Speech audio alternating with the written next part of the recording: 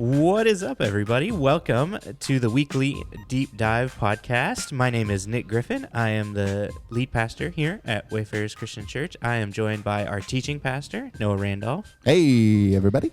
Ashley Wakefield is also here with us. Hey, everybody. And our connections pastor at Wayfarers, Jacob Dooley, is also here. Hey. If this is your first time tuning in to this particular podcast, we usually use this podcast as an opportunity to do exactly what it says in the name, do a deep dive on different topics that we have been discussing during our Sunday services here at Wayfarers. The last few weeks, we have been doing deep dives into people's stories instead of into the scriptures. Because it's all about us. Well, the church is the people, right? So we want Exactly. we want to get to know the people. All about connections, Noah. But today we thought we would kind of go back to what this podcast kind of started about, which is deep dives on the topics of Scripture specifically. So Noah, as the teaching pastor, is particularly excited, I know. But we're going to be dealing with a topic that I covered during the sermon on Sunday, this past Sunday.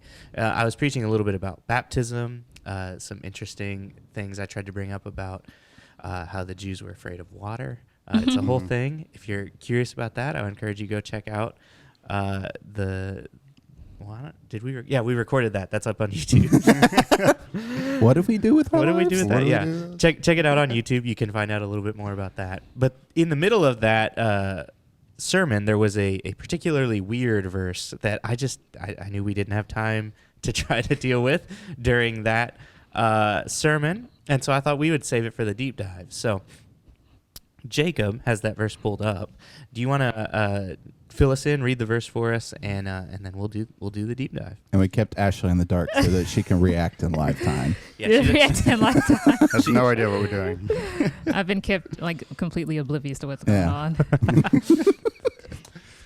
All right. Well, if you want to know where we are, the verse Nick referenced is 1 Peter chapter 3, verse 19, going almost to verse 22. And it goes like this. After being made alive, he went and made proclamation to the imprisoned spirits, to those who were disobedient long ago when God awaited patiently in the days of Noah while the ark was being built. In it, only a few people, 8 in all, were saved through water. And this water symbolized baptism that now saves you also. Not the removal of dirt from the body, but the pledge of a clear conscience towards God. Woo! Yeah. So The Bible, y'all. on Sunday, I focused on the baptism part of it. Again, I was talking about water, talking about some of the connections with that. We talked a little bit about baptism. Although I noticed you dodged the question, should you get baptized to be saved or not? Just Yeah, I saying. was going to say, that's another debatable question that people still talk about. It's like, do I really need to get baptized? Is that even necessary? And so we could do the deep dive on that particularly, but what I wanted to deal with was instead that first verse, the first part of the verse where it talks about, it's talking about Jesus here. Peter is telling us about Jesus, and he's saying after being made alive, after his resurrection, he went and preached to imprisoned spirits that had, and he makes a connection to the times all the way back in Noah's time, and not this Noah, OG Noah, Original gangster Noah. and this preaching that Jesus went and did to those imprisoned spirits. And so I knew that that's one of those verses when you're reading it, you're just like, what in the world is this talking about? That is something super weird. I'm not sure what that's about. And so I tasked Noah as the teaching pastor to do some research for us and fill us in a little bit. But I thought we could just kind of discuss some of the theological underpinnings of that particular section of the verse. Mm-hmm. So I'm going to turn it over to you, Noah. Where do you want to start? How do you want to? So let's actually ask a question of everyone first before I kind of get into this, because I'm just curious. What is everyone's experience with First Peter overall? Like, what is the book of First Peter about? I have some thoughts on that, but I think it's good to just like have a general thought process.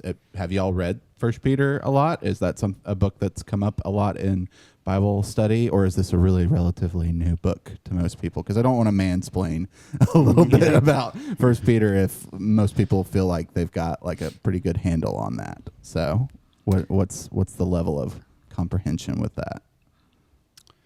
For me personally, I know let's say I probably have not spent a whole lot of time in First Peter. The most of what I remember just growing up and hearing a lot about was Paul's writings and less of Peter or anybody else. Yeah. Yeah, it's definitely one of those shorter books towards the back end of the Bible. Doesn't get focused on a lot.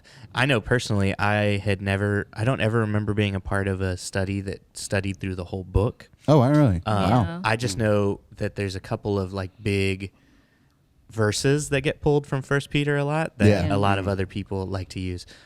The one right after this about baptism is a big one in the denomination I grew up with, which really emphasizes baptism. So I remember hearing this verse quoted all the time where Peter says, baptism, which saves you. And that was really important to them. So that verse I would hear quoted all the time. If I'm remembering correctly, is this also the one where you have Peter talking about Paul's writings and how they're hard to understand? At the very end of the book. Yeah. And I do remember really enjoying that because Peter is like our brother Paul in his writings, which are difficult to understand. And I'm like, thank you, Peter. It is not just us who thinks Paul's writings are difficult to understand. So outside of a few like proof text verses like that, I don't remember. Okay, so that's helpful. So the basic structure of the book, and this is always important to do whenever you tackle a specific verse in the Bible. A lot of times what people will do is just focus on those verses, and they really won't think about what are these specific verses doing in the overall context of the entire book, or the entire chapter even. And so this is something that I'm really passionate about, is don't just take a verse and try and explain it, also explain it in the context of the book itself. With the context of First Peter, the main thrust of why he's writing this book is he's writing to a lot of people that are Gentiles, not Jews, in the surrounding, what we call diaspora, which is like these different cities in the realm of Judea, I guess, that all are related in some way to Jerusalem. They have a lot of Jews that have gone to those cities and have settled down in those cities and made a life there, but don't necessarily have as much of a connection to Jerusalem and to that Jewish heritage. And a lot of Gentiles have also settled in these cities. These were cities that were started by a lot of the Roman occupation, and so there's a lot of different cultures that are at the forefront of a lot of these cities. And so during this period, we don't really know exactly why. Some people have tried to pinpoint exactly what was going on at this time. When was First Peter written? I won't get into all that craziness, but the main point is that the people that Peter is writing to are going through an intense period of persecution. And this isn't just like being shamed for what they believe. Christians have always been suffering that, but this is actually like fear for their life and fear for their own livelihood, like their own safety. Their own safety. You might actually die for being a Christian. Yes, you might actually die. And so Peter is writing this book really to calm a lot of these Christians, because some of them are starting to waver in their faith. A lot of them are deciding, well, because Judaism is a legal religion according to Rome, it's easier to be a Jew than to be a Christian because of the fact that if I'm a Christian, that's not legal according to Roman law. And so by that, I'm considered liable for persecution, whereas if I'm a Jew, I'm not. So some were returning to Judaism just to avoid persecution. And they're like, hey, I can keep the God-only stuff, and I just don't have to acknowledge Jesus as my Lord, and, you know, all that weird stuff that this Christian cult's having. And so there's a lot of tensions even in the own church of keeping the church strong in what they really believe in.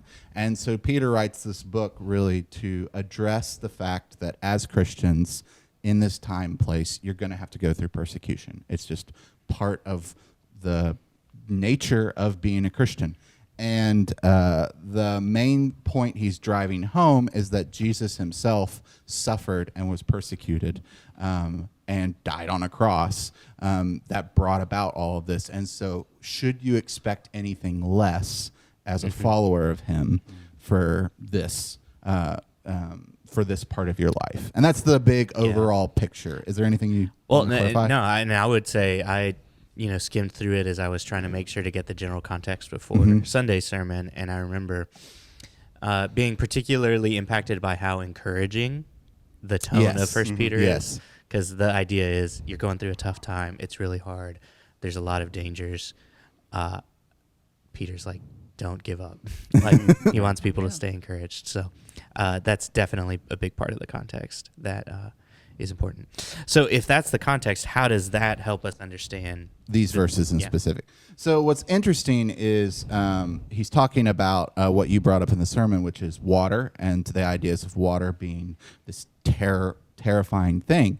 And you did a great job of pointing out how baptism in their time was not this like spiritual thing that felt good, right? It was this terrifying thing of them going underwater and then coming back up. And you used a beautiful analogy of it would almost be like us going in a coffin and sitting down in a coffin for a bit and then popping out of that coffin after they had like bolted the coffin shut for a few seconds. And I thought that was a beautiful image because that's exactly how they would have felt. And what Peter is driving home with the idea of baptism is that, look, even your initiation into the faith requires some sort of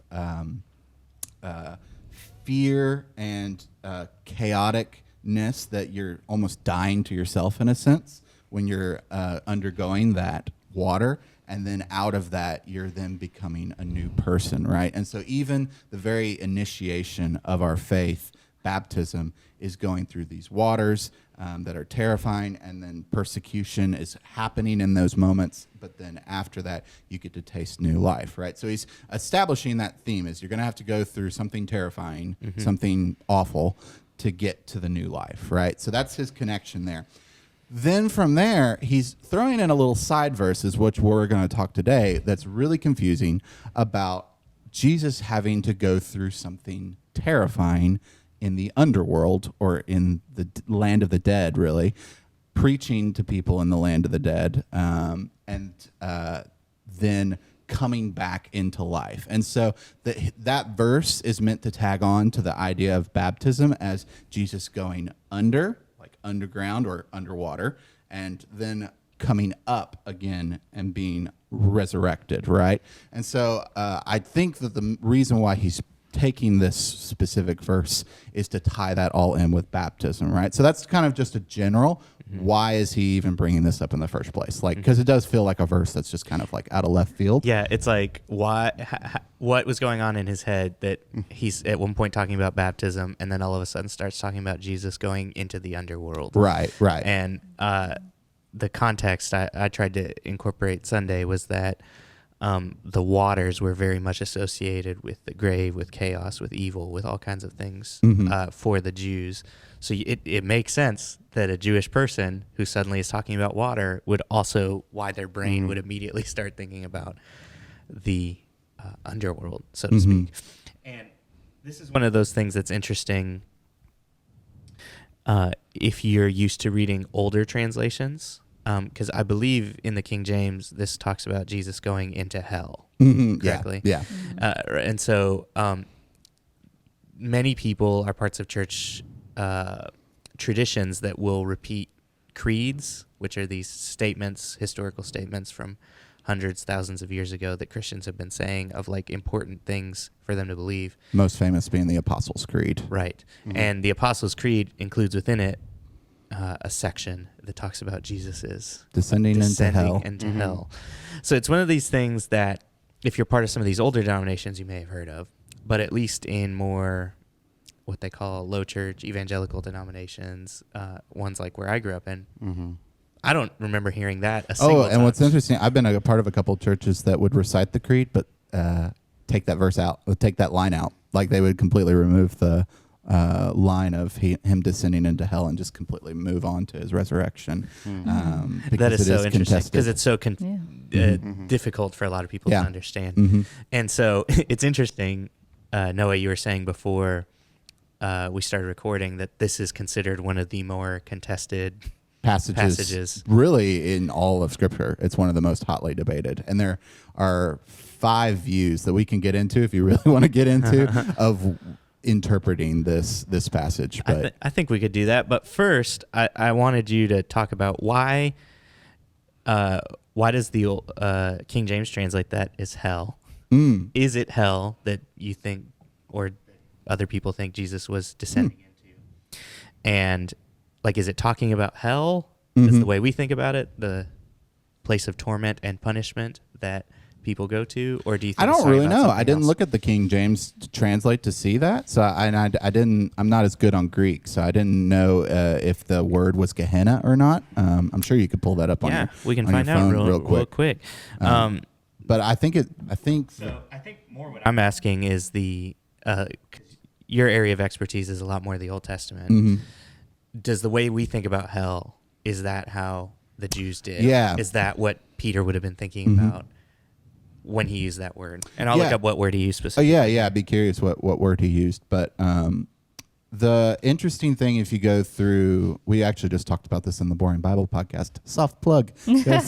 Go listen to the Boring Bible podcast. It's the other podcast we do. But we talked about this in Isaiah 14 because in Isaiah 14 there's this whole beautiful poetry section in which this king of Babylon is thrust down from his lofty glory that he has, where he's ruling all these other nations, and he's like the head honcho of this entire area. And the prophecy against him is that he will die one day, and when he dies, he won't even get to be buried in his own grave. They'll just throw him in a mass pit, and so he won't even have the significance and attachment to his own grave, and he's going to descend into this pit that the Hebrew word for that is Sheol. And when he descends into this pit, he's going to see all of the kings that he conquered and all of the kings that came before him. And they're all going to recognize him and say, "Why are you here? We never expected you, the ultimate king of all kings, to be in this place, and you don't even have a grave." And it's this beautiful depiction of what they kind of imagined the afterlife to be like, where you essentially descend further and further into the dirt, and really just are in this dark pit of a place that has really no relation to anything in the world of the living.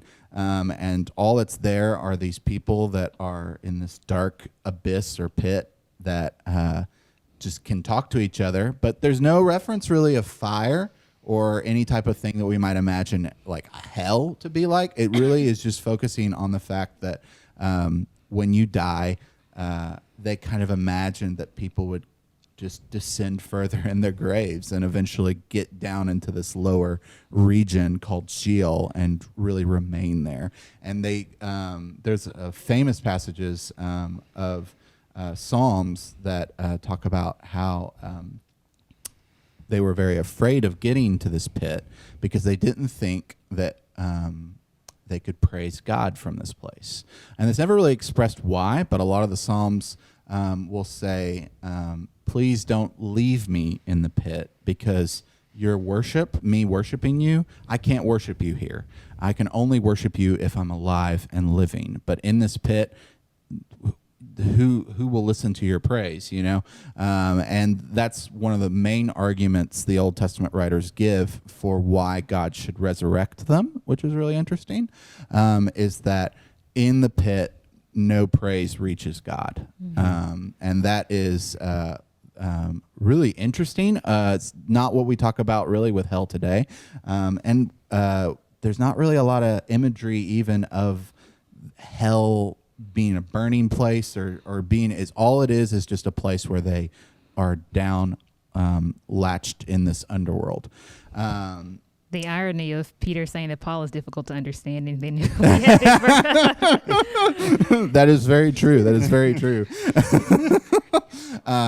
But you see a lot of really interesting imagery related to pits and dirt and abysses because of a lot of this stuff. And by the time you get to Revelation is really attaching hell to Sheol in a way. But it's interesting because some people have different views on what Peter is saying in this verse, and some people don't actually think that Jesus is going to this pit place of the Old Testament. Some people think that he's going to hell in specific. Did you find out the Greek word? Yeah, it's interesting. I misspoke. The King James also doesn't say hell. I was thinking of the Apostles' Creed. Yeah. Mm-hmm. Apostles' Creed does specifically mention hell. Yeah. But all that the First Peter passage says is that Jesus goes and preaches to imprisoned spirits. Yeah, that's what I thought. So I didn't remember it being right. ever a tangible place or anything like that. So it doesn't even say where he goes, but it does say that the spirits he's preaching to are imprisoned. Yeah. Which is funny because most people's evidence for why they believe that portion of the Apostles' Creed, he goes to hell, is mostly this reference. Right, exactly. And it just seems odd. And I personally don't believe that... okay, so there are a couple questions I'll set up for all these different views. The first question is, who are the spirits?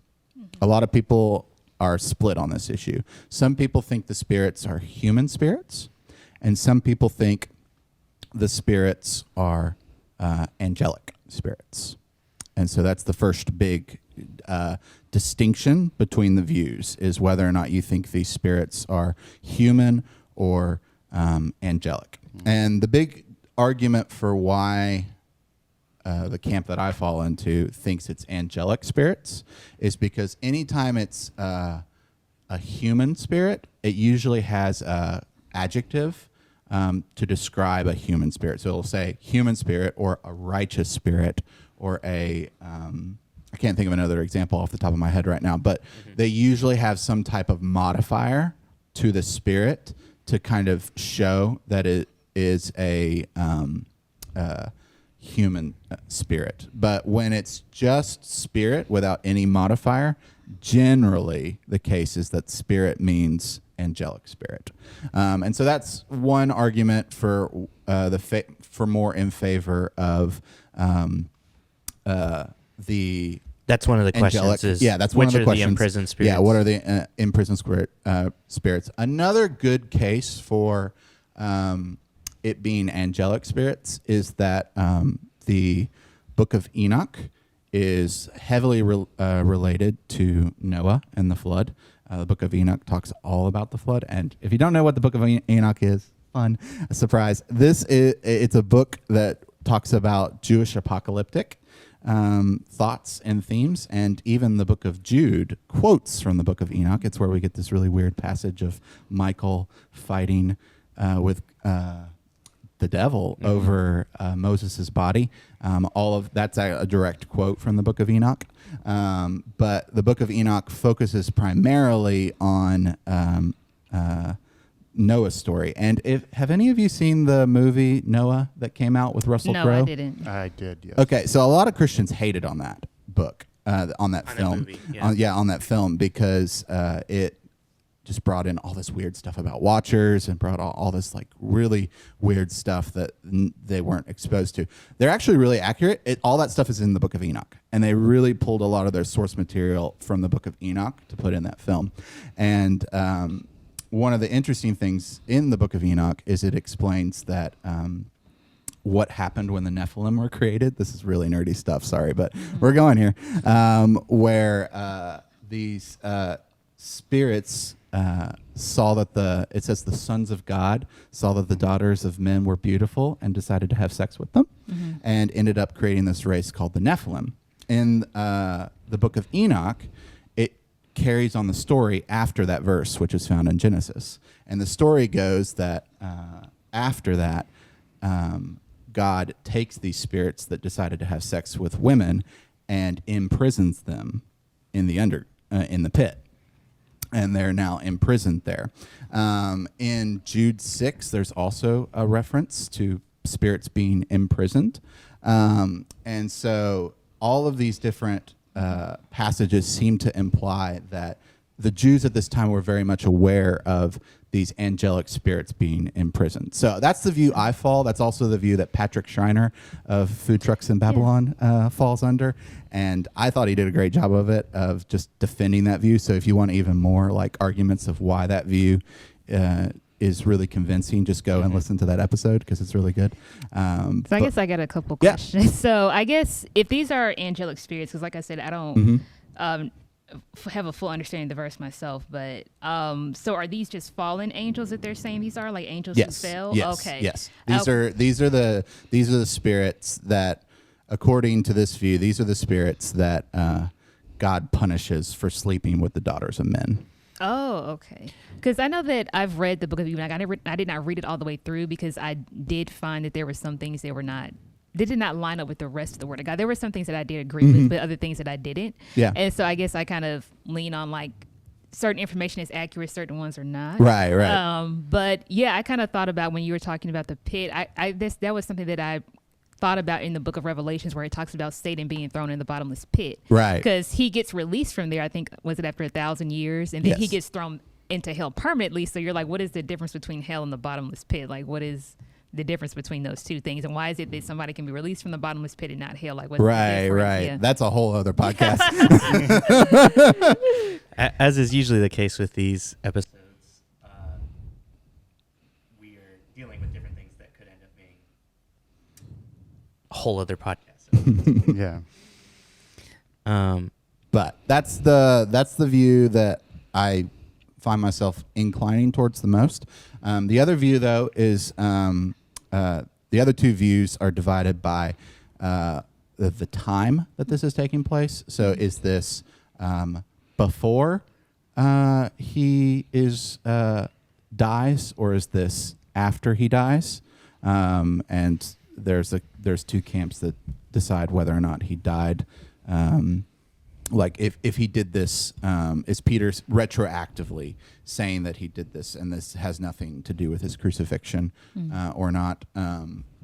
Of those two views, I tend to hold to the view that this happens after he dies, just because it makes a lot more sense for Peter's overall message of going through persecution and then going to your literal lowest point in prison. There's also a debate about whether or not he's the word that's used for preaching, or however it's translated there, is a very vague word. Some people translate that as announces the gospel, like he's intentionally trying to convert people in prison. If it's more leaning that way, then the angelic spirits might be a little bit more suspect, and it's probably more likely to be a human.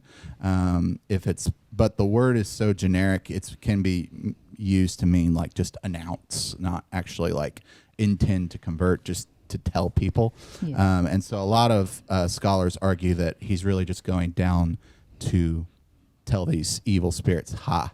Yeah, that was going to be like my I did it. I'm alive. Yeah, that was going to be my next question, was if he's proclaiming the good news or the gospel, then is he telling them that to convert, or is he just telling them that is like, I got victory over this? And so they go more on Jesus is announcing victory to the spirits. Mm-hmm. He's not announcing a conversion message to the spirits. I actually like the second part of that, like proclaiming victory. I feel like there's like more power. There is a lot more power if you see it that way.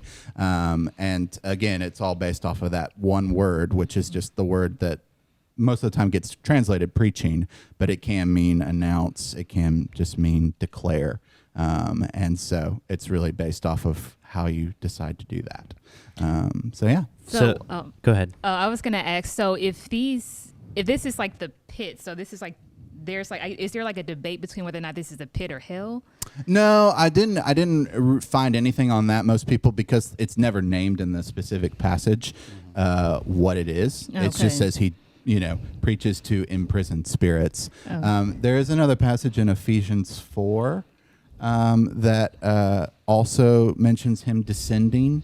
And I wonder see if you could pull that up. See if there's him descending, if the place is named in Ephesians 4. So I guess I was just wondering if he's just if the spirits are just being held there until they're actually judged and then thrown into hell. Yeah, Okay. that's the general gist. Is he goes down, he announces victory to them, and then they're bound there still until the very end in Revelation, when they then get punished.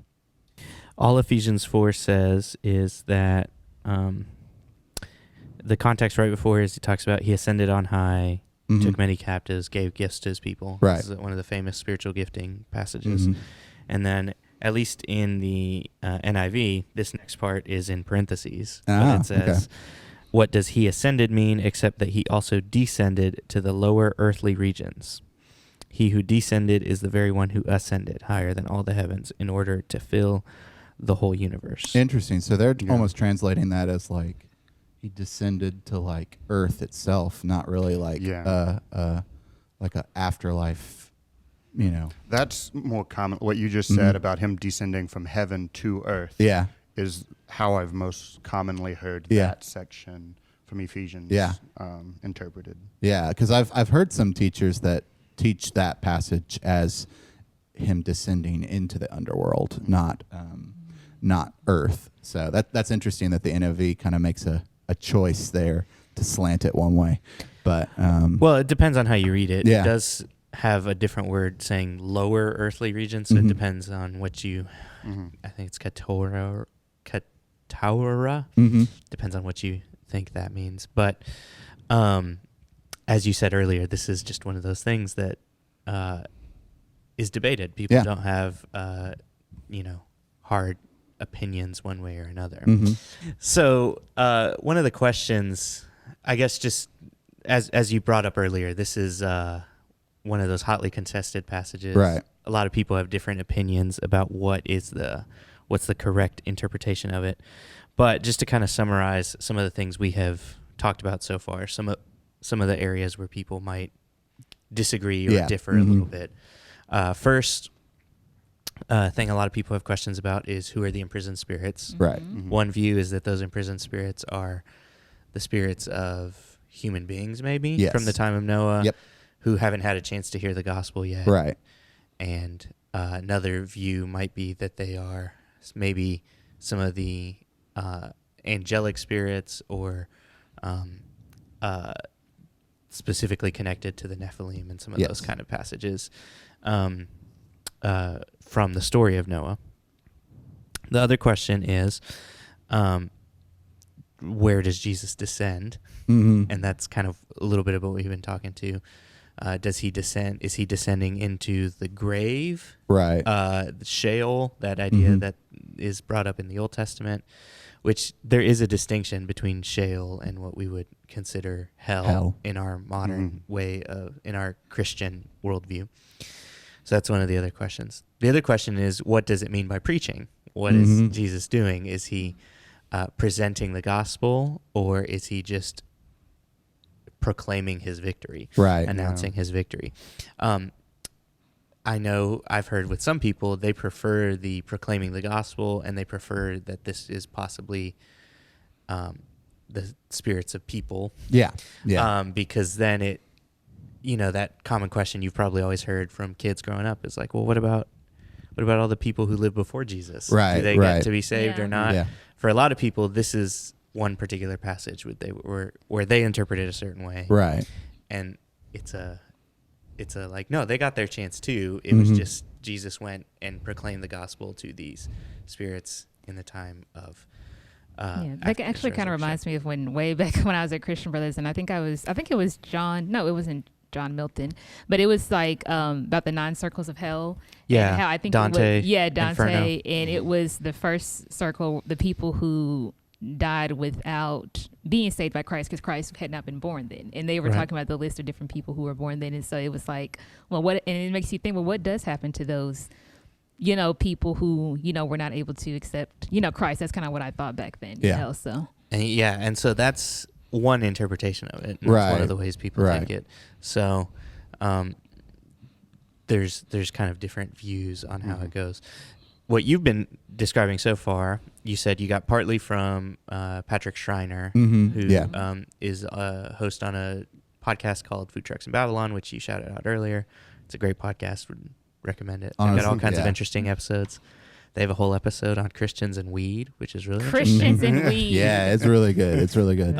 Very interesting, talking about the theological ramifications. And I should say that I went into this holding the view that they were human spirits, and that it was preaching the gospel. And after listening to that Food Trucks in Babylon, Patrick Schreiner changed my view. Yeah. So this is like a relatively new like shift in my thinking on this verse. So I'm not saying it should shift your view, but I will say that episode was enough scriptural evidence for me to completely change my thoughts on it. So and so the real thing here is that we are not trying to say you have to have one of these particular views of it or not to you can't be a part of our church unless you believe it's exactly this or exactly that. Because definitely in difficult passages like this, we think it's important to be able to have differences of opinion, and you can be convinced kind of in different ways. And we want to give people the opportunity and the freedom to be able to do that. And I thought he did a really good job at the front of that episode where Schreiner talked about how this is a great verse for us to show humility and show how we handle difficult verses where there's so many different takes on it, and you can still preach with authority what you believe, and I will always say that, but there's a level of acknowledgement that we're probably not going to agree on this, you know, and that acknowledgement should that can color all of our conversations, and we should always have that view of always considering other person's perspectives as just as valuable as our own, if that makes sense. And so that can be healthy sometimes to the ability as human beings to say, I don't really know what this verse means. Sometimes that can be scary for people because we want to fully understand the Bible. But a good thing that can come out of that is we can recognize our own limitation as human beings, understand we don't know everything. If we did, we'd be God. We don't know everything, and that's okay. And so, like you said, sometimes passages like this can just be a good practice for us in humility of like, I don't really completely understand it. But as far as trying to really kind of tie the loose ends together here, Peter brings this up in the context of baptism. What do we think are kind of some of the connections he is making? What are the lines he's drawing? How is he drawing those threads together? So to reiterate, what I think he's doing is I think he's giving them a mental image of, and this is, of course, if you hold the view that it's imprisoned spirits, like angelic spirits, and that he's announcing victory.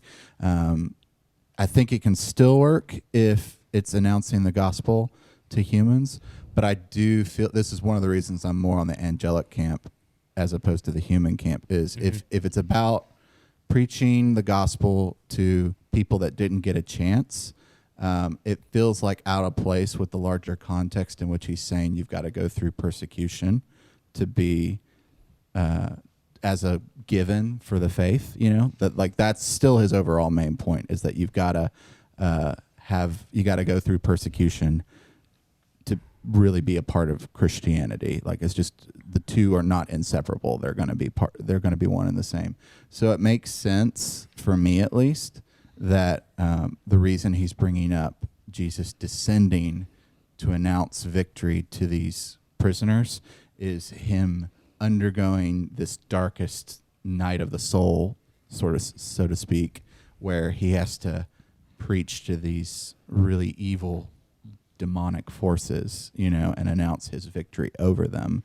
And then coming out of that into resurrection, that makes a lot more sense to me than if he's just going to this like place where these people didn't get a chance to hear his word. I guess it just feels like a throwaway to me. And to me, the story makes more sense that that's why he then brings up baptism, because baptism is like those spirits, like those angelic demonic spirits. Water is like those angelic demonic spirits. It's chaotic. We don't know what's going on. It's it controls the land more so than not, and so it's this it's tying that image and metaphor to the metaphor of Jesus going, not metaphor, but to the actual event of Jesus going down into this pit, right? And so that's how I connect it. If I don't know, how would you connect it? I'm curious if you're more of the, because I haven't heard if you think it's more likely to be the human and preaching the gospel. How would you connect that for a person that might want to believe it that way? Yeah. Well, I don't know that I do. I part of why I wanted you to do the research is because I don't know what I think about this. Yeah, so, yeah.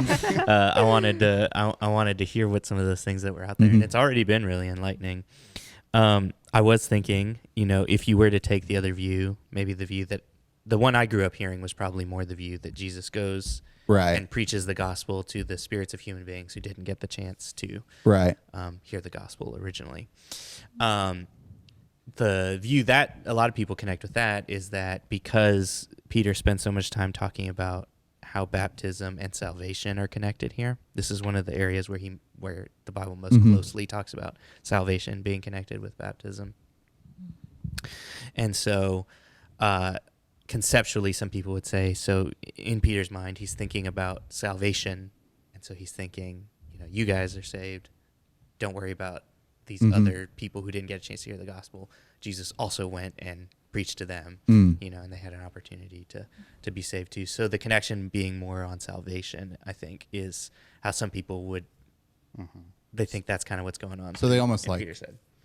Make it a topic. Oh, he's talking about salvation, and then infer from that topic how to interpret this Right. weird verse. Because what's interesting is he's talking about being saved from death, right. ultimately. Mm-hmm. And so on Sunday, I tried to make some connections between water and the grave and death for Jews, and how that was kind of a concept that they were familiar with. And so he ties it into the story of Noah and the flood. And that was a connection I had never noticed before, that, you know, I think I mentioned this on Sunday, that a small Jewish child that was hearing the story of Noah would have been like terrified, because it's just like, oh my gosh, not only are they already afraid of water, but water is like engulfing the whole world. Like everyone dies by water. And so it's a story that holds very strong emotional connections for these ancient Jewish peoples.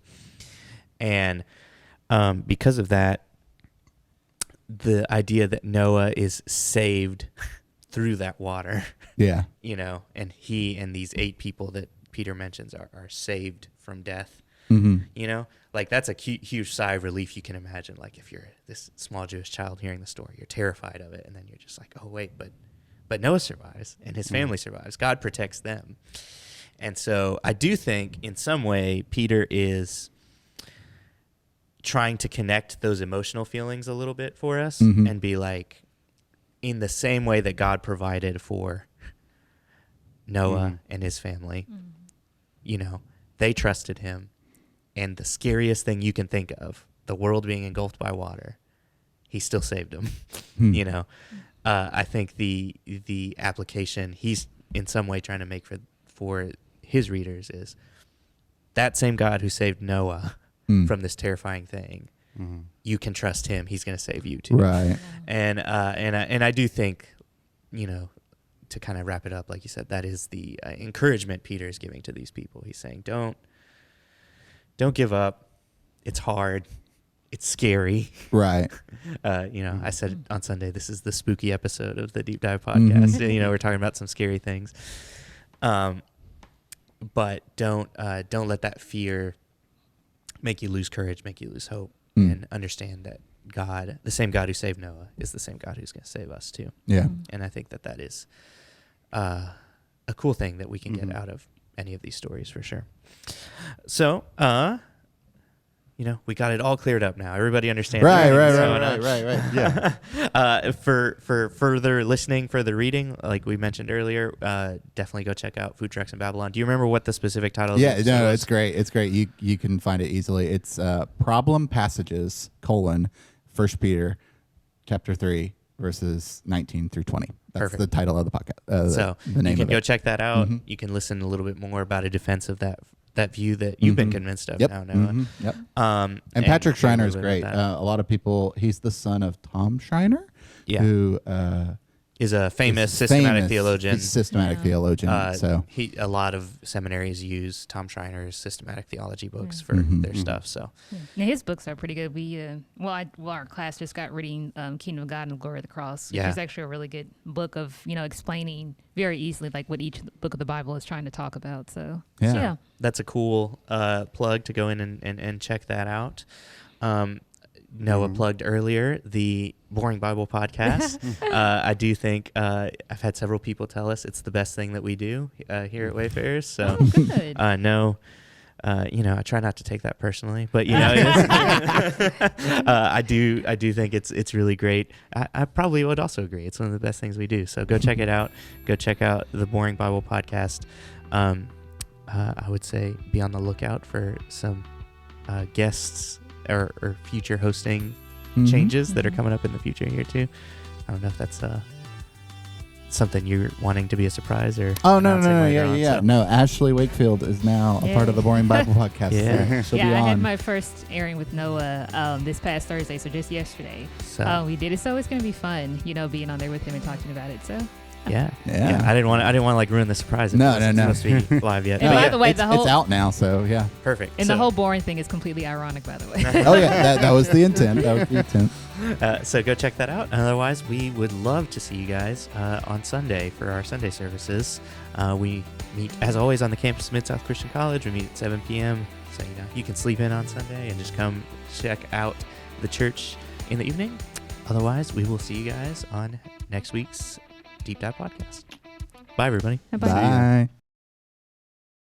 So he picked one that is probably one of the more controversial. Three. Don't. I want. Oh, you don't want to spoil it? I want Ashley's reaction in real time. Am I allowed to look at the verse? No, you can cut this off. Yay, more work for me. Edits. We'll try to make that the only cut.